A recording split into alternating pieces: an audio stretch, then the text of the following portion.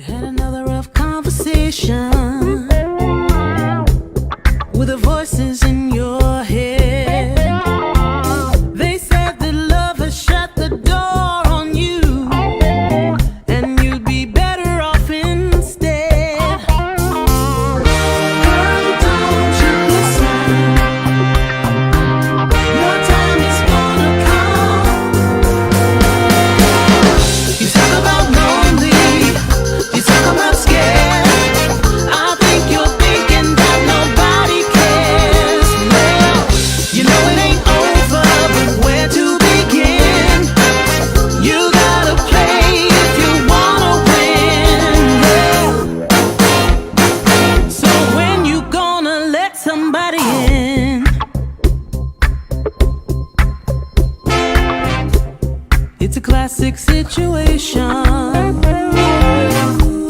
where you don't know how to feel, so you go it alone. You turn off the phone when the struggle gets too real. Yeah. Girl, you better listen. It's time to make a change.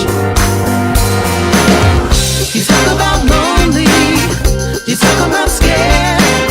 I think you're thinking that nobody cares. Well, you know it ain't over, but where to begin? You gotta play if you wanna win.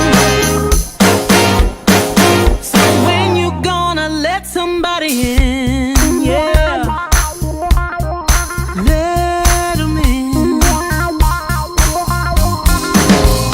You talk about lonely, you talk about scared. I think you're thinking that nobody cares. Well, you know it ain't over, but where to begin? You gotta play if you wanna win. So when you gonna let somebody in? Let 'em in.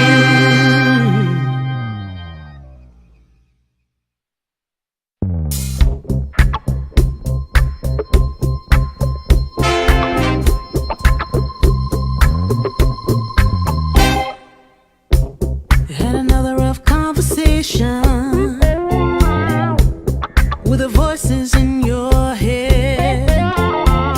They said that love has shut the door on you, and you'd be better off instead. Girl, don't you listen. Your time is gonna come. You talk about lonely, you talk about scared. I think you're thinking that nobody cares. Well, you know it ain't over, but where to begin? You gotta play if you wanna win. Yeah. So when you gonna let somebody in? It's a classic situation where you don't know how to feel, so you go it alone. You turn off the phone when the struggle gets too real. Yeah. Girl, you better listen. It's time to make a change. You talk about lonely, you talk about scared. I think you're thinking that nobody cares. Well, you know it ain't over, but where to begin? You gotta play if you wanna win.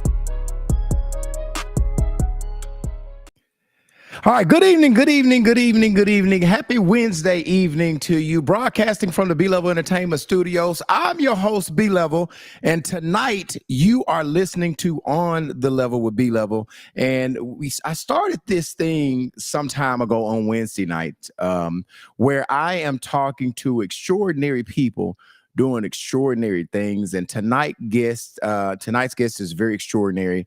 He is waiting on us to bring him up front. But before we do, I do want to pay a couple of bills and let you guys know what we have going on every Sunday. I want to start off by telling you guys about this dope podcast that comes on every Sunday night. We go by the name of UTB is the shortage. Unpacking the Baggage is the full name. And we have a bunch of dope hosts on this podcast. Myself, Tristan Hobbs, Andrea Hicks, Anthony P., Candy Webb, and also we have our news bought by a great young lady by the name of Jayla Jefferson, who does Jayla with the T. That's every Sunday at 7 p.m. Make sure that you tune into the best damn podcast. I honestly think that we're the best podcast in the world, UTB. And we go by the name of the Unpacking the Baggage podcast. And that's on Sunday, okay? On Wednesday, as we're doing tonight, we are doing On the Level with B-Level, and we are talking to some extraordinary people. Here is the calendar. Here is who we plan on talking to. Tonight, we're going to talk with the legendary Broadway Joe of your heritage station, Power 92. He's been on the station forever. So we're going to have some conversation with Broadway Joe. On next week, we're going to talk to Mrs. Johnson. Now, let me tell you, she is doing her thing in the hair industry. Alicia Johnson is doing her thing in the hair industry. So we're going to talk to her. And then after that, October the 22nd, everybody knows we're going to talk to Princess Gupton. She is doing amazing things. She has an esthetician school. And then we're going to end our conversation with director Andrea Lewis. As I said, On the Level with B-Level is made to talk to extraordinary people doing extraordinary thing. And I'm gonna go ahead. Speaking of extraordinary, let me bring my guest up front. How you doing, Broadway? How are you doing, man? Fantastic, Brian. It's a pleasure to be here with you, man. Well, I really, really appreciate it. And I'm just gonna tell you, Joe. You have been around when I'll let you guys in a secret on Joe. When I text Joe and asked him to come on the platform, and I told him that this segment was made for having conversation with extraordinary people that are doing extraordinary things. The humble Joe Booker, as I always said, but I'm not extraordinary. You don't think what you do is very extraordinary, Joe? You've been around a long time. I grew up listening to Power 92. You were a part of that, and we're going to get into this conversation tonight. But I do want to say thank you. You could be at Bible study on Wednesday night. You could be anywhere in the world, and you're here with me. So I really appreciate you giving me a little time. Thank you, and welcome to the platform. It's a pleasure to be here, Brian. Okay, I'm going to start off by introducing our guest. This is what we're going to say about Broadway Joe. He is a native of Kingstree, South Carolina. Believe that. Kingstree, South Carolina. He began his broadcast career in the military in Osan Air Force Base in Korea in 1976. He earned an associate degree at Arkansas State University. He later came back and earned a bachelor's degree at the Arkansas Baptist College. He's been in a radio for a total of 50 years. He is the director of programming at Cumulus Broadcasting in Little Rock, which you guys, if you don't know, they have several stations, but a couple of their heritage stations is Power 92, KOKY, KARN, Alice, B98. They are the guru of radio here. He is married to Miss Freddie. Please welcome to the podcast and On the Level with B-Level, a radio pioneer and a legendary Joe Booker, but he goes better by the name of Broadway Joe. Joe, did I do you good on that introduction, bro? You did great, man. You even got applause in there. I like that. So, Joe, I always start off every conversation and every interview after I give them your accolades and some of the things you do. What the basic question is, who is, for the listeners and the viewers, who is, in a nutshell, Broadway Joe? Well, I think first I'm a father and a family man with kids and grandkids now. Servant, I'd like to say, in the community, and just a regular guy. That's why I said when you look for extraordinary people, I'm just a regular guy. I like to think that. Well, sometimes that's the humble, when people say B level, I'm just so regular. So that's the humble answer. Joe, where are you from? Where are you born? I'm originally from a little town called Kingstree. The town got its name because back in the old days when they were settling in this country, a king got out of his boat and came and sat up under the tree. So King's Tree. I And heard so, that. Kingstree, South Carolina. yeah, man, I'm a proud South Carolinian, but I feel like I'm an Arkansan now because I spent most of my life here in the state of Arkansas. So is that town predominantly black or is it a predominantly Predominantly white? black. It's one of the blackest counties in South Carolina. The county is probably at least 80 to 85% black. It's like a lot of small towns that I see in Arkansas now, where you don't have the infrastructures for jobs and a number of other things. So a lot of people have left. I think when we were there, we were like a 3A or school or something like that. Now it's about a 2A school. They've got a lot of other schools that have combined with the school, but it's still there, and that's the good thing about it. And even the school that I attend back then is still there. They've added on to it a little bit, but in a lot of cases, a lot of the infrastructures for schools and things like that, with all of the consolidations, the number of them aren't there anymore. So we're honored to still have it there. So would you say, as far as just maybe, I don't know if I would say size, but is it, you said about 85% black. Is it comparable to Pine Bluff, Arkansas? Would you think? Oh, no, I would say, no, I think Pine Bluff is a little under 50,000 now. I want to think Kingstree is probably about 15 to 20,000 people. Okay. It's real small, small town. It's a small town, but we actually, go back. As a matter of fact, I'm going to my class reunion. We do a big class reunion every year, and we raise money for the school. It's a great concept because what they do is they bring all the classes together, and it goes all the way back to integration. So it starts in 1970 all the way up to the current year. And annually, we donate from the event close to $35,000 to $40,000 a year back to the school for just different programs that they have in the school. So it's a really good thing that they do there. They have a couple of schools that do stuff like that in South Carolina. Like we have a school in Florence called Wilson High School. And these are schools that never integrated. They were so black, they never integrated. Wow. And they've been around, and they do like a week-long celebration. We just do a basic celebration where it's a homecoming weekend that's coming up. And we'll have a homecoming parade on Friday, and then we go to the homecoming game. And then we bring all the classes together on Saturday for just a hangout. So, wow, that sounds very interesting. Yeah, I got 3 generations there, Brian. I have my daughter and my granddaughter that get an opportunity to attend. So it's a kind of special event. Okay, good for you. Good for you. Now, I said that you have been married to Miss Freddie, and let me just tell you, man. A good definition of a man is being married to a great wife. And let me just tell you. Miss Freddie, I've known her for a long time, Joe. She makes you look really good at everything you do. You do. Yes. But how long have you and Miss Freddie been married? We've been married for 38 years. And we've been knowing one another for close to 45 years. Wow. And then how many kids do you guys have? We have 3, 1 together, and she has 2 before the marriage, and then I have 3 before the marriage. So that's a total of. And I know, and I don't know if you remember, but Joseph, your son Joseph, actually recorded. He did the videography for my first wedding. So he really? Yeah, I don't know if you remember that, but I hired Joseph. Where is Joseph at? Where is he? Brian, he actually started working for Fox 16 and Channel 4 and got a job at ABC in Atlanta, and he's been there for about 7 or 8 years. And the end of last year, he started working for a infomercial company. And if you see those commercials on TV, anyone that's talking about insurance, they probably recorded it in their studio. And So he does a lot of digital editing now. He doesn't have to carry the camera around. Right. He left the TV station because he wanted to do things in the family, and I couldn't blame him for that.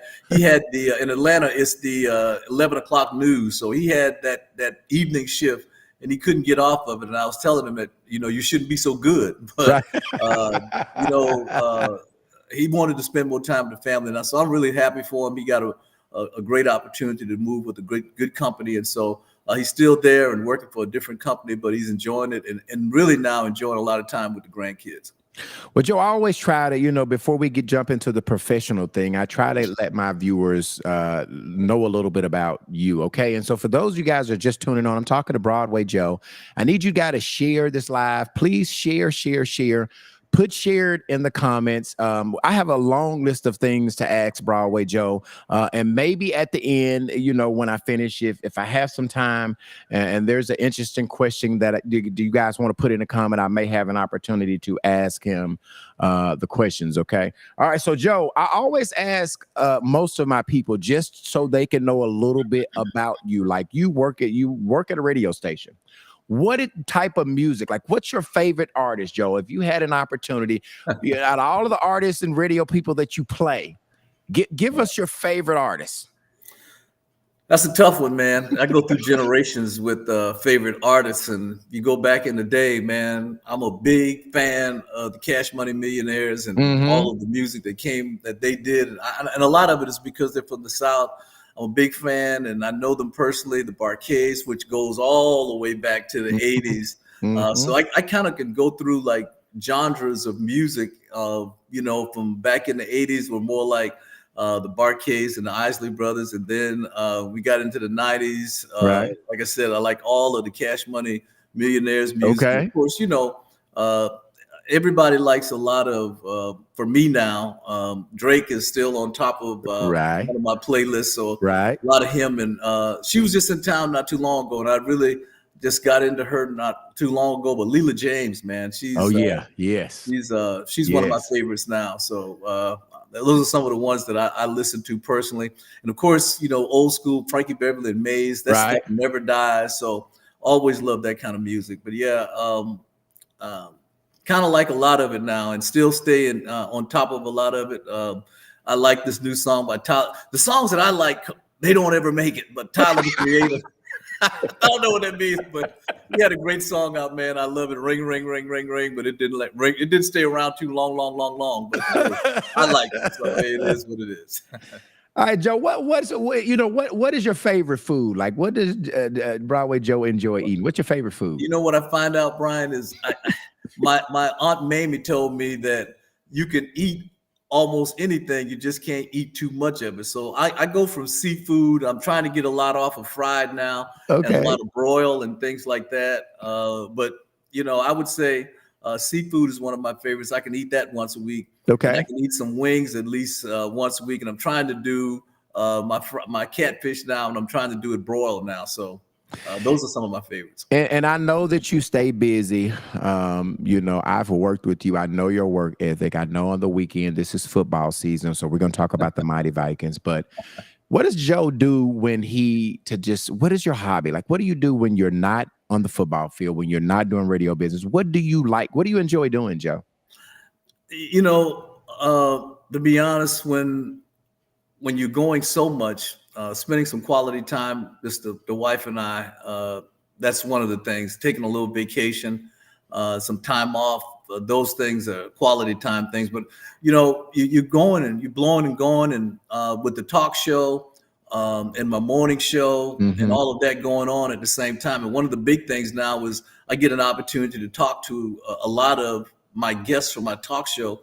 Personally, I get a chance to talk with them in pre-interviews and all of that. So I would say that takes up a lot of my time. Okay. But, one of the hobbies that I have was coaching youth football. I'm the kind of like the athletic director and of course, the president of the team now.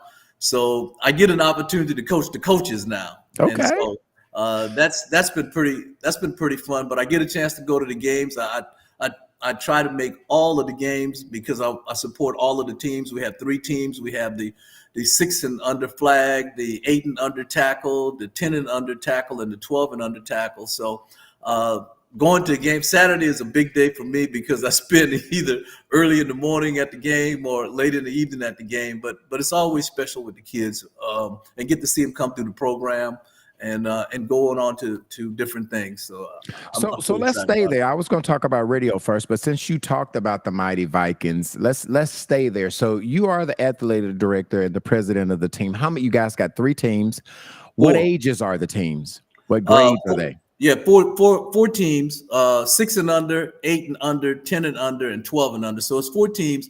And we probably have about 30 cheerleaders also. So each team has, I know my 10 and under and 12 and under both are at their limit of 35. And I got about 20, close to 30 on my 10 and under, and the flag, they only play 7-on-7. So I have about 20 of them. So got over 100 boys and about 35 girls. And we get a chance to travel here in the Central Arkansas area because we play in Pine Bluff, we play in Conway, we play here in Jacksonville. So it's our last game of the season is coming up this weekend, and then the teams will go to the playoff, and it's basically over after that. So. Well, Joe, let me ask you, is there any kid in Jacksonville that does not play for the Mighty Vikings? Like, I think you got Jacksonville sold up. All of the kids in Jacksonville play it. Is that like a law in Jacksonville that you have to play? There were other teams around. The thing about it, Brian, it's one of the things that you just see it happening. You don't know what's happening, but you see it happening. But kids have so many other things to do now. So I applaud the parents for getting their kids involved in activity. And I think that's one of the things that's kind of concerning on the future of, especially with our young people, because we have so many of them that get an opportunity to do what they want to do. Right. And a lot of what they want to do is not outside. I know when I was a kid and you were a kid, Brian, we were punished when we had to stay in the house. It was punishment. Right. But now, I mean, that's a norm. And I see some kids, and especially with obesity now, especially amongst African Americans, and this kid can make you a great lineman, defense or offensive lineman.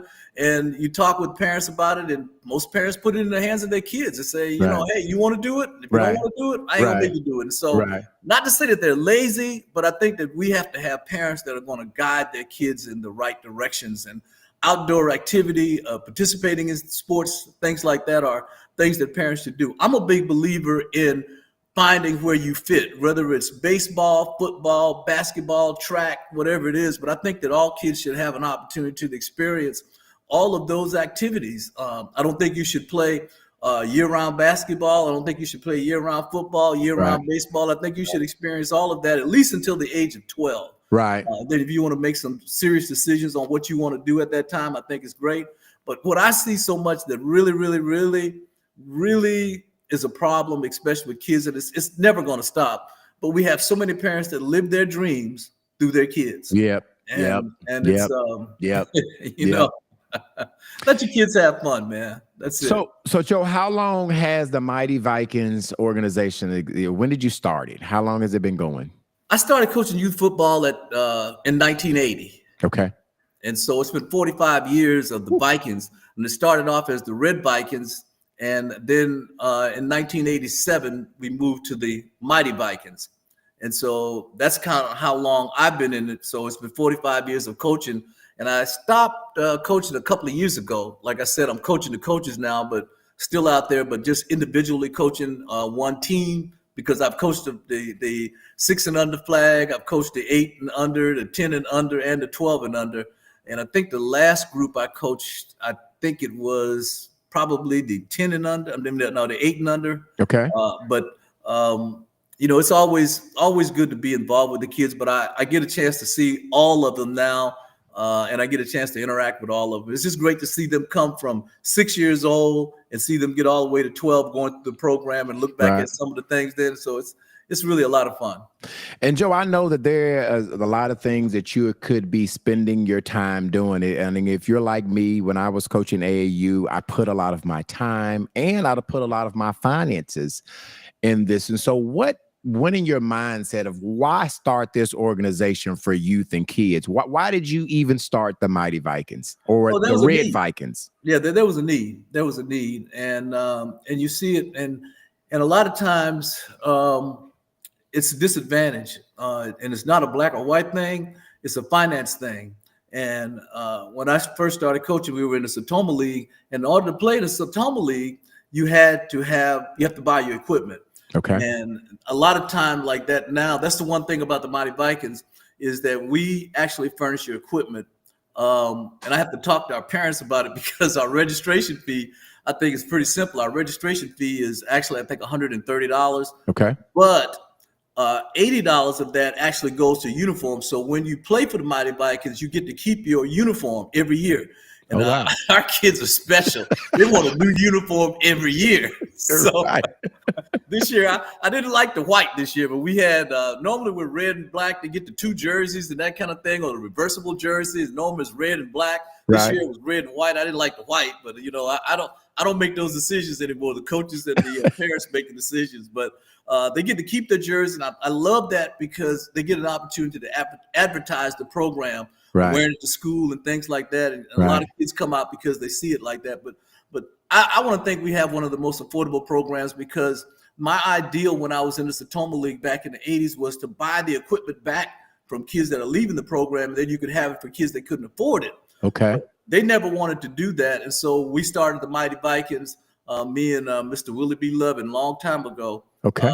87. And we put a lot of, as you said, personal finances in and build up the equipment. But we always figured out a way for every child that wanted to participate, whether they had registration fee or not.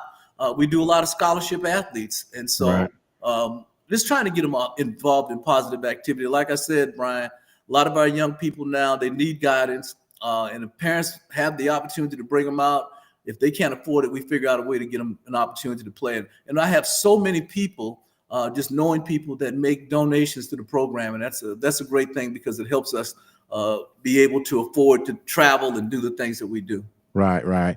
So if a parent wanted to get their kid involved in the Mighty Vikings, how would they do that, Joe? Hey, just give us a call. They can call me on my personal number, and I always give it out. Every parent that's ever played in the Mighty Vikings, that's the first meeting that I have. The first thing I tell them is I give them my number, 501. Pull out your phone, put it in your phone, 501-680-1765. If you have any problems with this program, it starts with me. So if anything that's going on that you need to talk about, don't hesitate to call me. If I don't answer, I will call you back. And Joe, you've had that number for a long time. I mean, that's the same number. You've had that number for a while. Last Mighty Viking question is, do you have any players that played in an organization that's in the NFL? Not at this time. Okay. But I've had a number of them that have had an opportunity to play in the NFL. I think probably the one that I remember the most is Demetrius Harris. Okay. And the most unusual thing about Demetrius was he never played high school football. Really? He was a basketball player, and he played. I mean, he played a little bit of high school football, but he never played college at all. He was a basketball player. Demetrius was about 6'8", and I remember his mother was telling me that once he graduated, or once he finished his 4 years of eligibility at college, he was someplace like up in Minnesota. She got a call, and they invited him to come to a football camp. Okay. He was actually heading overseas to play basketball, and he went to the camp, and they liked him, and the Kansas City Chiefs signed him as a tight end. So he played in the NFL about 7 years, but he played about 4 years with Kansas City. And that was one of the things the Chiefs would do. Chiefs would look at a lot of players that weren't just traditional football players. They were basketball players, and they made them out of tight ends. And that's what he played there. But he was probably the most unusual one that rode to the NFL, never played college football, but was able to get to the league.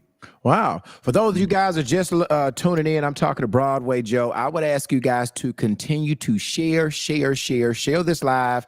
As I look into my comment box, I see Jernette Wyatt is saying, I love the Vikings. I don't know if she's one of your former parents, but she said that she loves the Vikings. So Joe, I want to go to the professional conversation of radio. Now, when I was researching to try to figure out how I wanted to introduce you, I found out that you got into radio. Let me see, back in '76, and Right. it was overseas in Korea. So Right. I obviously I want to fast forward that. I don't want to talk about Korea. I want to talk about when you came to Arkansas and you went to work. And I don't know if this was the first radio station, but KWTD in Lonoc. Was that the first radio station that you were involved with? Yeah. Here, And you were United music States, director there. Did you have any other positions or wear any other hats there? Well, I worked my way from the weekends to the morning show there at KWTD, and that was kind of KWTD was the first station that was licensed. Is licensed to Lonoc, but we broadcast in Little Rock. But Okay. it was like the first full service FM black radio station at the time. And if you are any of age, I'm going to say if you over 40, 45, everybody that remembers KWTD remember this old school guy named Shelly Pope. Yeah. Did you work with Shelly Pope, Joe? Were you there during the Shelly Pope days? Yes, I was. I was there. And Actually, he came when I was there. Okay, so one of the weirdest things that I never got to ask you in my years of working with you over at Citadel, I never asked y'all, why in the heck would y'all let this man say "Jam, Shelly, Jam" and start the record back over? Who was the program director that let him do that, Joe? You would never let jocks do that these days. What happened with that, Joe? Well, he was the program director. so he was. Brian, you learn a lot of things from people to do, and you learn a lot of things that you don't do. So he was the program director, and that was a little old school. But back in the '60s, they used to do radio like that, and this was. I tell people all the time, Brian, I have had an opportunity to learn from some of the best old school jocks in the country, and I never left Little Rock, Arkansas. And Shelly was the first one. But when I went over to KOKY the first time in like '83 or '84, they had George Boogaloo Frazier, Okay, Bobby Earls, and George ran Houston, Texas back in the day. Okay, Bobby Earls ran New Orleans back in the day. They had a guy named Baby Dave Felder, and Baby Dave was in Dallas. He would come to work every day in a limo when he worked at K104 in Dallas.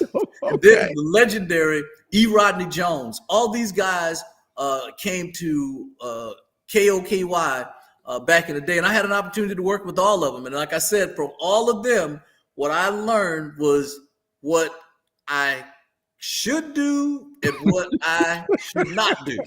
So, well, I just remember that, that's what I remember, that famous line, "Jam, Shelly, Jam." And he would let the radio start. He would let the record start. And then at some point in time, he would jam, Shelly, jam, double up on it, and he would start the record back over. So Brian, I don't know if you know this or not, but he had a voice that was in there, and that voice would come in and say, "Ooh, Shelly, jam, double up on it, double up on it, double up on it." That was my voice. Yeah, no, that was you. Okay. All right. Kanisha is saying in the comments, yeah, I ain't 40, so I don't remember that. But Kanisha, I'm telling you, I don't know if you can find almost anything on the internet. I don't know if you could find that on the internet. But let me ask you this: is Shelly Pope still living? Is he still living, Joe? No. Okay. No. I think he died back in the '90s. Okay. Mm-hmm. Okay. I didn't know that. Sometimes people live to be a really, and another thing, while you were there, and I don't know if this was the time that you were at KWTD, but you were doing some DJ and you were going by the name of, and I got it wrote down, Shaka Body Rocker. the Body Rocker. Right. And so was that while you were at KWTD that you were, do you were DJ where you were carrying and playing records? Is that what you did as well? Yeah. And it started at KWTD, and I left KWTD and came to KOKY. And KOKY was an AM station at the time, 1250 AM, and I want to think that was like in the early to mid 80s, like 83 or 84 when I came to KOKY. And Shaka the Body Rocker, we had. JD can tell the story better than I can. He tells it all the time. Yeah. But Shaka the Body Rocker used to wear the tape, and that was during the days when it was a lot. Everybody remembered Larry Dotson back in the day. Not Larry Dotson, but Confunction was not Confunction. No, it wasn't Confunction. Who was it? One of the groups, and I'm going blank on my names now, but one of the famous times that I wore it was one of the concert that came when we had a group called the Fat Boys back in the day. Yeah. So there's quite a few pictures out there with Shaka the Body Rocker and the Fat Boys from back in the day.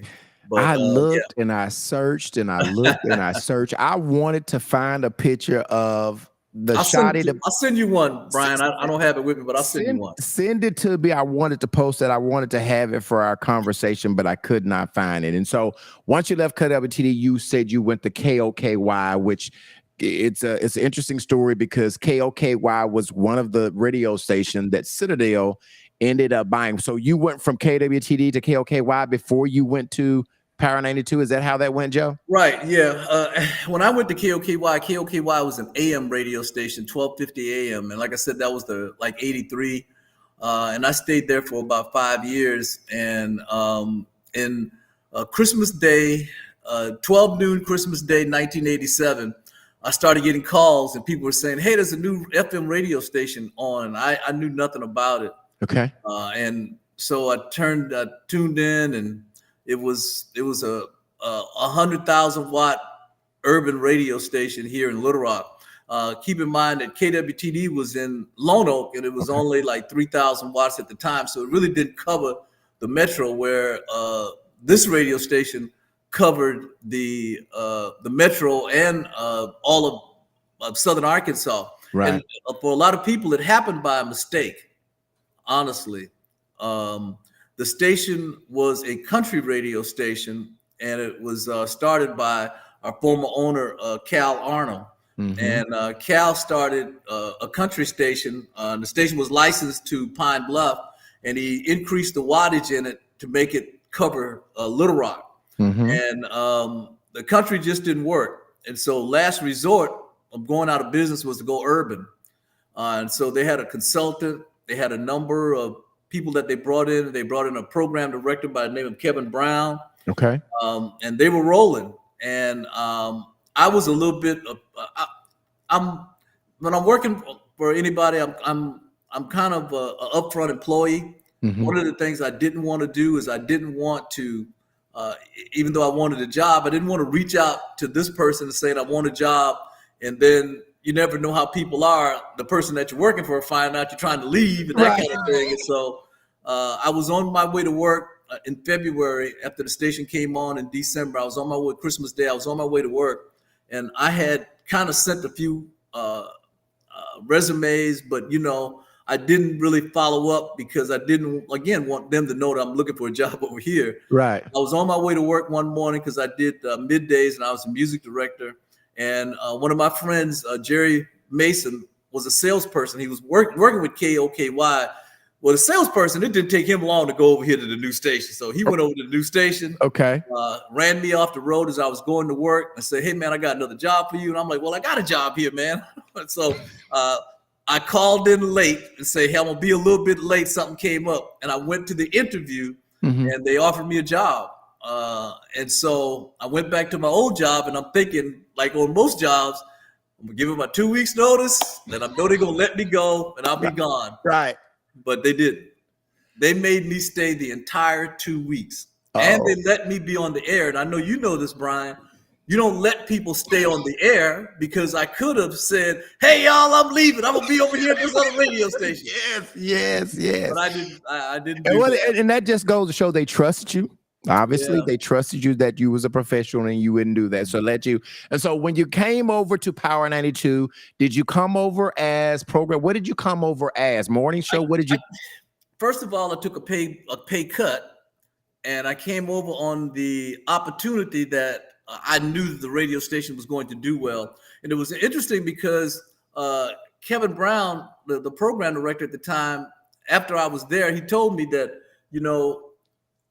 I thought you had all these people calling me, telling me to hire you. So that's why I didn't want to hire you and even come up, seek to reach out to you over there until Jerry came and told me that, hey, you need to get this guy on your team. Okay. And so no, I came on as at that time it was 7 to midnight.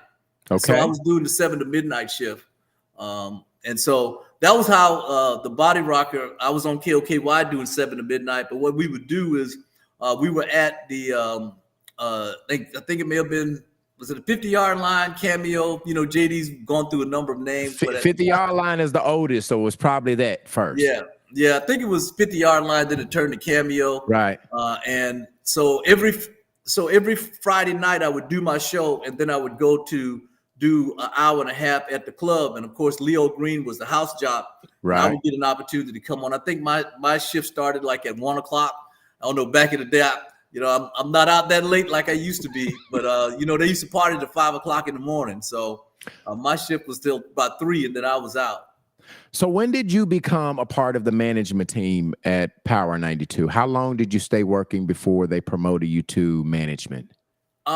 We went through 3 program directors. Kevin got a job, and he left and went to San Francisco. Then we had, I think, a gentleman by the name of Kurt Monday that came in, and I went through 3 program directors, and finally the owner decided, you know what? These guys are coming in, building a reputation and going other places. So let me try to get somebody from within. And that's kind of how I got the position of, and I want to think that was in 90 or 91 when I became the program director. And in program directing, when you got into management, obviously you started recruiting.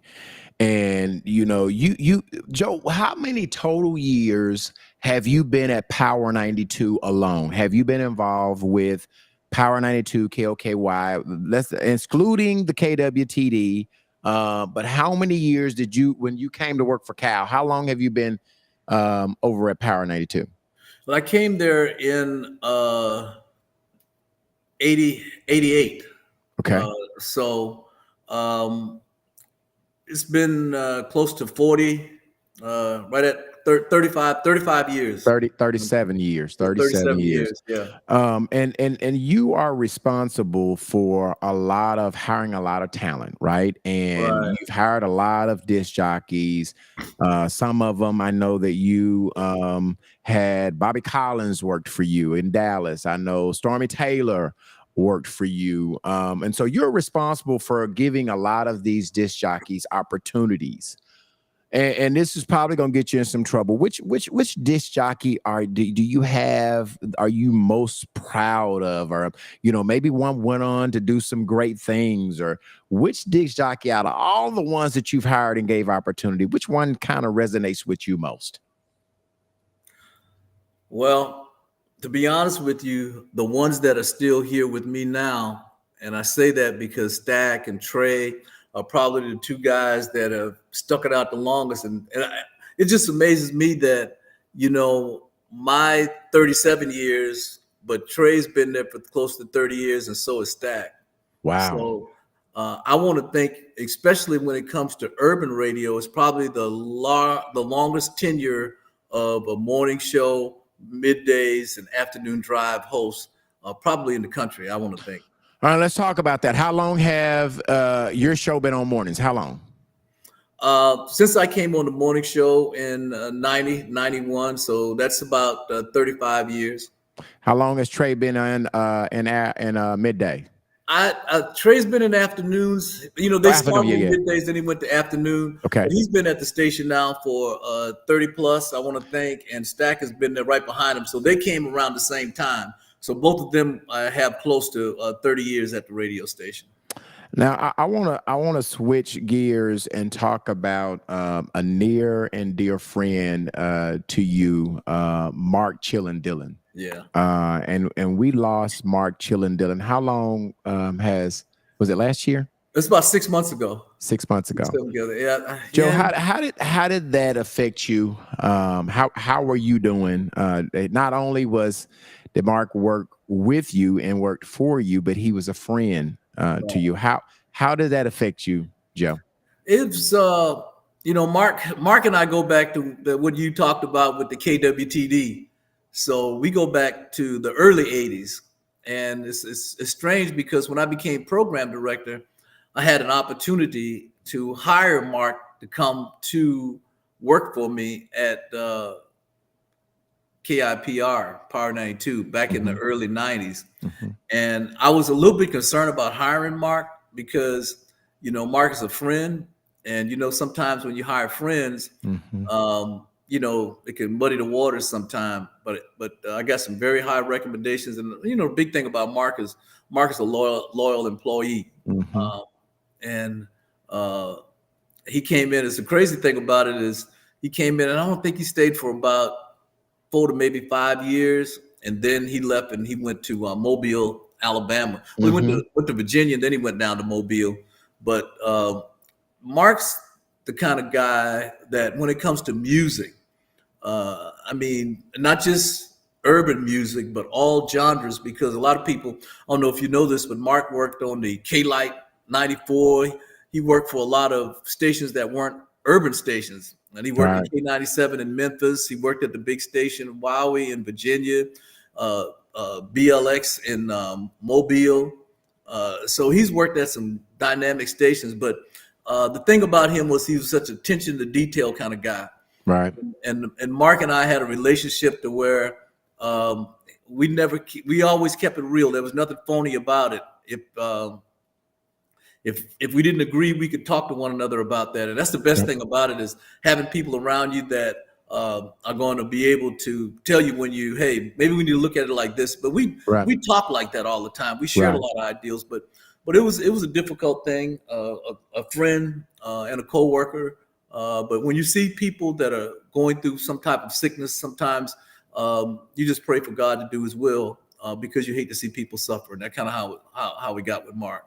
Well, Joe, I promise not to keep you late. You got to be up early in the morning to do your morning show. So I just got a couple of more questions and let you go. How has radio changed today, Joe, from back when you started KWTD? How is it different? I'm pretty sure you've seen a lot of changes. How is radio different now, Joe? Oh yeah, Brian. It's well, I don't play records anymore. Don't play CDs anymore, Brian. So yeah, it's been great seeing what radio has come to, and it should be great to see what it's going to be. It's still a medium now that people still use, and it's been interesting from TV, from newspaper, TV, radio, now digital and social media. So being able to live through all of that, there's a lot of change that's going on. So we're growing our platforms from radio into different platforms like podcasting and a number of social media things that we're doing now, incorporating our shows into a plethora of other things. So I can't tell you where it's going, but I can see a lot of digital going into radio and it working as well as digital and being another platform. But, you know, from research, it shows that even though you have more channels to watch, people are still watching their local TV stations. And we're blessed here in Little Rock to still have a radio station that's not all syndicated. So we're able to talk about a number of things that are going on in people's lives. And I think that still means a lot. And I think the radio is going to finally come back around to that, because what they're seeing now in research is that in order to be successful, you have to be a little local. And a lot of that got away from us with all the syndicated programming. And that's really what I was going to ask you, Joe, because over the years you have kept our heritage radio station local. You could have hired Steve Harvey. You could have went to some other places, but the heritage station, Power 92, is live and local, and that's something that you believe in. And why did you not switch up? A lot of people have switched up and went, I can fire the disc jockey and bring somebody national, save that money that I'm paying. Why have you stayed live and local, Joe? I don't know, Brian. I think I must be just old school. I don't know, because you're absolutely right. I had an opportunity not to do the morning show and just be a program director and do things like this. But I have come accustomed to getting up early in the morning now. Yeah. I said my next job is going to be a paper route, because I'm used to getting up early in the morning, but they don't do that anymore. They don't deliver paper anymore, so I can't do that job. So I'm still enjoying this one, but I think that it's a service. The talk show, every week we have so many things that are going on in our community. I've had to expand it from just Thursday to even bringing in guests on Monday to talk about some of the things that are going on in the city. And like this weekend, I mean, it's just so much stuff that's going on that that we're involved with, from the state fair to homecoming to Black Hall of Fame to just so many different things that are going on, man. I mean, so it's great to be able to give people an opportunity to find out things that are going on and be that platform that people depend on to get their information from. So I think that's been one of the things for me that keeps me getting up early in the morning, is knowing that there's an audience out there that depends on you to give them that information. And a lot of times, when you hear questions that we do, there's certain things that we can't say, but we can put questions to people to where you get an opportunity to say it. And I think that's a very important thing, is having a platform where your voice can be heard. Right. And so I think that's for a lot of people, they don't just listen or say things, or they don't call, but they love to hear what other people have to say about certain topics and things that are going on. And especially when it starts talking about things that are very important for us as African Americans, like this thing that St. Mark starts on this week with educating people on community things that are going on in the community, and getting them educated on being a voter, an educated voter, and knowing how the politics work, knowing how the system worked. And I like what they said about it, is it's not a civics class, but you get to learn all of those things. So I think that's a good thing that we get an opportunity to do, is give people an opportunity to promote their events and things that are going on to help our community. Good. Anton Fletcher is saying, say B-Level, ask Joe what was his first DJ name. Was Broadway Joe your first? Is he talking about Shocky? Was it something else? Nah, it was Broadway Joe. Okay. All right. So that was your first DJ name. Yeah. Okay. You talked about podcasting. How's podcasting made radio difference, Joe? I think it's an opportunity for everybody to expand their brand. And that's what a lot of us are doing now, expanding their brand. This year, my TV show that's been on, it was on for 30 years. It started back in 95, but we brought it to a close this year because we're moving into the podcasting realm of things now. And so a lot of my shows that I do now, all of my talk shows you can download them now. So a lot of what we're doing now is going to move to different platforms. So, Instagram, X, all of those different platforms, doing the show and then making sure that we get it up on other platforms so people can see what they missed and things like that. So I think that's how radio is incorporating itself into the digital era now.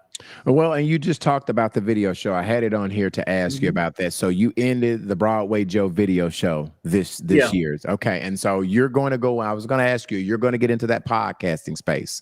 Yeah, we're moving into different things. And the one thing about Brian, I tell you, man, I never thought, and I know you're a basketball fan too, but I never thought that the Dunbar Summer League would ever go away.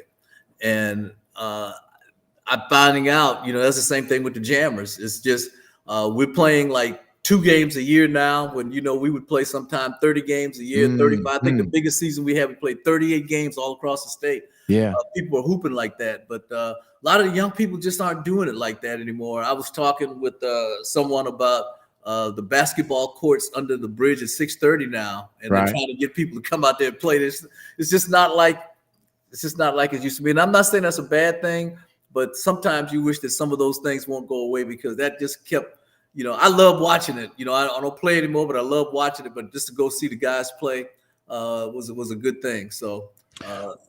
Well, I've only got two more questions with you, Joe. What accomplishment are you most proud of being in radio for as long as you've been? Help maintain our heritage. A lot of us I grew up listening to Power 92. You have been a part of the radio success. What accomplishment are you most proud of in your tenure with Power 92 and KOKY and those radio stations that Cumulus owns? I think it's the ability to continue to keep it live and local. That's not an easy thing now. Yeah. But the team that we've been able to assemble has been a winning team. Right. When it comes to Cumulus and urban radio stations with Cumulus, we're one of the top ones, from contesting to people interacting on our different texting contests and things that we do. We're just the number one urban station when it comes to that. There are like 3 maybe stations that we have that are live, and ours happens to be one. I'm thankful that Cumulus is a company that believes in if it ain't broke, don't fix it. Right. So we've been allowed to continue our morning show here, and being able to be a voice for the community is probably the thing that I'm most proud of, because all of these things, Brian, didn't start when I started back in the 80s and the 90s. Right. The radio has evolved into a lot of different things. We have a lot of research. We know where our listening audience is. We know who's listening now. Right. I mean, we do things on the radio now that you would never thought that we would do. Right. Back in the day, because we were concerned. Back in the day, we were concerned about a lot of young people. Sometimes I'm listening to the All Blue Saturday, and I'm saying to myself, like, boy, some of these songs, bro. We would, but because we know who's listening to the radio, right, we do those things now. Right. You suggestive language and a lot of songs and things like that. We don't clean them up as much as we used to. There's the 7 deadly words that you cannot say, but other than that, alluding to things and stuff like that, those things kind of go now. I see them change, but being able to be a voice for the people, I think, is probably one of the biggest things on how many people we've helped, from raising money to nonprofit organizations. And you were there when we were doing stuff for the watershed, so that's one of our partners, and helping them to do things in our community. So that's the thing that I'm most proud of, is being able to give back to serve the people that support you and what you do on the radio. Man, volunteering, Joe, I working with you and knowing you, that has always been big for you. And just like we talked about Mark Dillon, we lost Reverend Hezekiah Stewart. Right. Your show have been there for I don't know how long. And at some point in time, you basically turned the whole, because you would be there in the mornings with your show. You would be there in the afternoon with KOKY. So just volunteering has always been big for you. I mean, they call it is it still called the social? World's first social hospital. Yeah. Yeah. Mm-hmm. You have been there for how many years, and how much money? I know we used to keep up with that. How much money have you been a part of help raising for that organization? It's been a lot. It's been a lot. Back during Juneteenth, I know we had a number of 140,000 that we actually gave. And that was just straight cash money. But when it comes to radio time, it's millions of dollars, because most people can't afford a 3-hour broadcast and a live broadcast. It's not where you go and do call-ins. We're actually live on location. And so being able to do it on all of our radio stations, during the Christmas holidays, trying to help a lot of our families that are in need at that time, it's something that we've always done. For the watershed, it's been over 35 years with the Reb, and now with Miss Diane and Fred and the crew down there, we're still doing our thing. We'll be doing it again this year. We've already had Christmas in July, so we'll be doing our broadcast from there again this year. All of our shows it's a community service thing, and I think that's what a lot of us are called to do, is to serve. Right. And so the radio station has definitely done its part in serving the community. And I don't think that people, if you know, like winning the Marconi Award was because of the service that we've done in the community. And the Marconi Award is like a Grammy or an Emmy or things like that when it comes to the radio, because only one radio station in the country gets that award on an annual basis. And for us to win a Marconi Award, it came from our community service and the work that we've done in the community at helping not just the watershed, but other organizations when it comes to getting their information to the people. That's been a big thing for us. And I think that's the key to our success and why we're still around, is we do good community service work for our community. And you know, a lot of these locals, we got a lot of these local rappers, Joe. I mean, I can't tell you how many times I get hit. I'm out and somebody handed me a CD. If you were a local artist and you're trying to get your music out, get played on the radio, how would a local artist do that? Build their brand. And, you know, back in the day, there wasn't social media and you depended on the radio station to give you that exposure. Well, what record labels do now, what radio stations do now, is they want to follow and see what your brand is. And, you know, I used to always joke and say, your mama listened to your record don't count. It's how many other people listening to your record. Right. You know, your mama ain't gonna never tell you your record sound bad, but you know how many other people are. But if you can build a following, and you know, I'm just so happy for a number of our artists, national, local, whoever, because if you can build a brand. And I remember interviewing Bankroll Freddie. Okay. And he said to me, he said, well, I had all these followers on social media. So the record label came to me and said, hey, you want to make a record? So that's right. He built his brand. He built his brand. Yeah, he built the brand. And a lot of people are doing that now. A lot of people have built the brand and then they're moving into doing music. So as a young girl, good-looking girl that we're playing on KOKY on our All Blues Saturday. Her name is Bodacious, Big Bo, but she's got a song out about the big old horse. But she built up a big following on social media, and now, you know, and a lot of them are jumping into Southern Soul now, right? Because they can get records out a lot quicker than just trying to go to the mainstream way. But a lot of them are building their brand on social media, and then, hey, let me do a few records, and then I can go do some shows. And so I don't, man, let me say, it is just great to see our young people become young entrepreneurs and building their brand. So I tell everybody, if you want to get your stuff going, build your brand, because the radio will come to you. You don't have to go to them. They'll come to you. Right. Well, the last question of the night, Joe, I have, and I'm pretty sure Miss Freddie, if she's listening, she probably wants me to ask you this. When is Broadway, Joe? You've got over 50 years in this radio industry. How much longer, Joe? When will Joe retire? Yeah, Brian, I don't know. I mean, how many more years we got, Joe? You know, I don't know. I'm like LeBron James. I'm dyeing my beard now, and so I'm trying to stay relevant. Let me say that. Trying to stay relevant. Yeah. And you know, I'm just having fun. So you know, the one thing I can tell you about me and my wife, I'm gonna tell you this. This is one of the things that we do every day. Before I leave home to go to work, every day we pray. Every day. So I can say this to you that when the time comes, I will know. Just hasn't come yet. Yeah. But when it comes, I will know. But I feel like I still have a little bit in the tank. And so I don't have to run up and down a court like LeBron, and he can do it for 20 to 23 years, doing what he does. And a physical thing for me, knowing what my ancestors have gone through, it's been a great ride and a great job. Whenever it ends, it's been a great job. And I can't thank the people enough, because all of this comes from, and you know, it's ratings. And my morning show has been the #1 rated morning show in Arkansas now for it's been a number of years, even through COVID and a number of other things. And that's been a blessing for me and the team, because we've had different people to switch in on the team.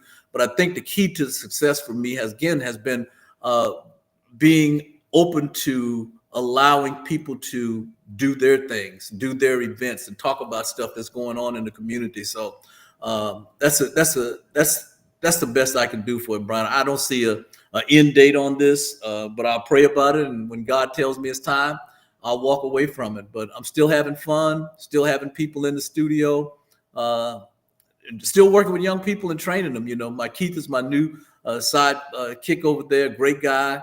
And it's been great to see it. And Brian, you know, just seeing people grow up, you know, see them go up from here and go to different markets, and the ones that choose to stay like I am, you know, I've had opportunities to go to other places, but I choose to be here in Arkansas. And it's because I love the people. I went away back in 95, and I couldn't wait to come back to Arkansas. So that's when I knew that this was going to be my home, because going back to where I was born in South Carolina, and things didn't work out the way that I wanted them to work out. When I came back here, I knew that this was the time. Sold all my land there, bought me a home here, and this is where I want to be. And so, you know, I want a big round of applause for you having the #1 morning show. That is a great accomplishment.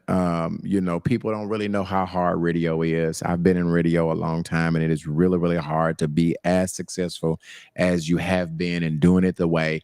That's one of the reasons why I wanted to talk to you, because there are people that are everyday people that are extraordinary to me. And to me, what you've done, what you've accomplished is very extraordinary. I always end by giving the interviewee an opportunity to ask me a question, and no question is off limit, but it's just a little bit different. I always end my interview with Joe. If you have any question you want to ask, and you might not, but if you do, now is the time to ask any question you want. Well, you know, I've seen you and your career over the time, Brian, and you know, one of the things I always feel like we can't have enough great leaders in our community. So I guess my question to you is, have you ever looked at getting into politics?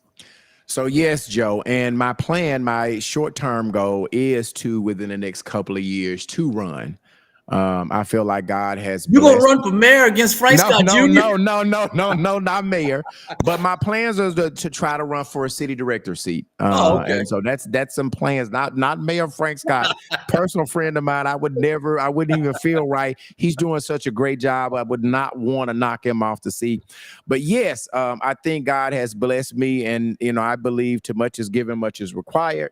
And so I'm doing this podcasting, and I started this podcasting because I just wanted to have something that was Black owned. Like all of these people that, you know, just 3 weeks ago, people are getting fired and let go because they're saying things about the Charlie Kirk thing. Well, I own this platform, so I can't get fired. I can say what I want to say. I wanted to own my own platform. I want to be able to influence others. And so that's the purpose for doing that. But to answer your question, I have thought about it. I live in North Little Rock, so at some point in time, I'm going to have to move to Little Rock and to be a resident. But I do have desires to be in politics and to fight for the people and have a voice for the people for the voiceless.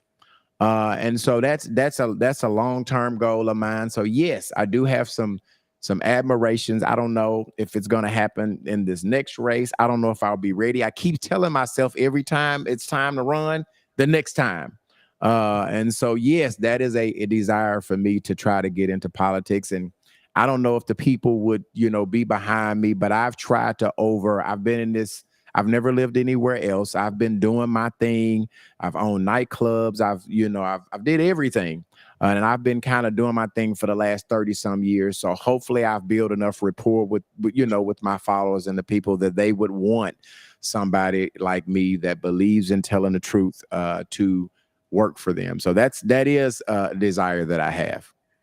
Yeah, I think that it's a good thing to be able to stand up for the people and represent for the people. I don't think it's an easy thing to do, but I could see you doing that and be a voice.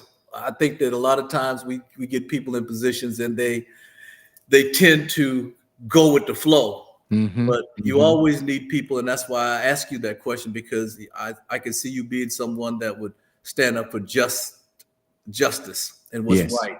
Because sometimes there's some things that go on. We need people not to just go with the flow. Sometimes you have to stand up for what's right. And like I said, in my position as being on the radio, I don't get a chance to pick sides. Right. I can just put it to you. Right. But, definitely, I think that would be something that the people would embrace, is having someone that stand up for whatever their rights are. So that's why I asked you that question. I think that you'd probably be one of those people that you've been around long enough, and you've got a voice. People kind of believe in you and that kind of thing. So we definitely need more politicians that are politicians for the people, Right. and not just for the position.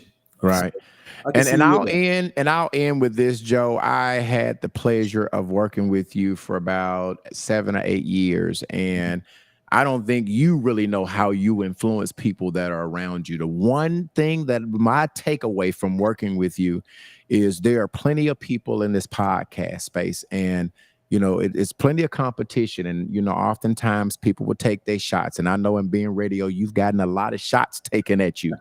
And one thing that you have taught me is just, Brian, everything does not deserve a response. And guerrilla warfare, and how when you're here and somebody's here, you don't respond. Now, if you flip, you respond. But I took that, and my producer's like, how do you not say anything? These people are talking crap about you. And I said, I learned it from Broadway, Joe. I tell her about that. And you being the heritage radio station, there are smaller radio stations that go after you guys all the time. And one of the things, you never responded back. That's what Joe has taught me. That's what I take in my life today. Because here's the deal, what you told me. If you turn around and you start talking back, then the people that don't even know about them might become. I know what I'm talking about, Joe. Right. That's one of that. So I've learned that, and I've patterned my life by that. And so I don't think when I approached you that you were an extraordinary person, but I will tell you, you are. Every time when my niece came up missing, I picked up the phone. You gave me the airwaves to broadcast that. There has always been a great deal of respect and admiration for you, Joe. You are a great guy, and I do believe that you're extraordinary and you're doing extraordinary things. So I really appreciate. I told you I was going to get you out of here by 8:45. Thank you, I Brian. really, really appreciate you taking an hour and a half, and I know you got to be up in the wee hours in the morning, but thank you for serving our community. Thank you for raising money. Thank you for the mighty Vikings. Thank you for all that you do for Little Rock, Arkansas. And we accept you as an Arkansan, even though you're not from here. We accept you as an Arkansan. And thank you, Joe. Any last word? Did we miss anything? Well, I just wanted to tell you, in pursuing your goal in the political arena, and I think I may have told you this too, but I'm going to tell you this again. If they ain't talking about you, you must not be doing it right. You're right. You're right. So listen, we will end on that, Joe. Thank you again. Thank you. I'm always a phone call away. I know you got the airways, but if you ever want, when you get your podcasting lunch, let me know. We're gonna come back and I'm gonna help you roll that thing out. I appreciate you, Brian. Thank you so much, man. God bless you. All right, good night. All right, buddy. All right. So you guys know that as we say, On the Level with B-Level happens every Wednesday, 7:30. Every Wednesday, 7:30. Do not forget, next Wednesday, Alicia Johnson is who I am talking to on next Wednesday at 7:30. We try to do this extraordinary people doing extraordinary things. Thank you, Tam. I see you. Great interview. If you want to be a guest, right? If you think that you are extraordinary and that I need to talk to you, I would ask you to send an email to utbpodcastlr@gmail.com. Again, utbpodcastlr@gmail.com. And do not forget, Straight Talk No Chasers coming on Friday. I'm telling you, we've got some great stuff, some great story times that I'm going to be telling on this Friday at 12 noon. Do not forget. And then last but not least, Sunday at 7 o'clock, UTB, our flagship podcast, Unpacking the Baggage, where we have Tristan Hobbs, Andrea Hicks, Candy Webb, Anthony P, and then we have Jayla with the T. Until next time, until Friday at 12 noon, I will be here, different time, but same bat channel. I want to say to y'all, thank you for listening and good night.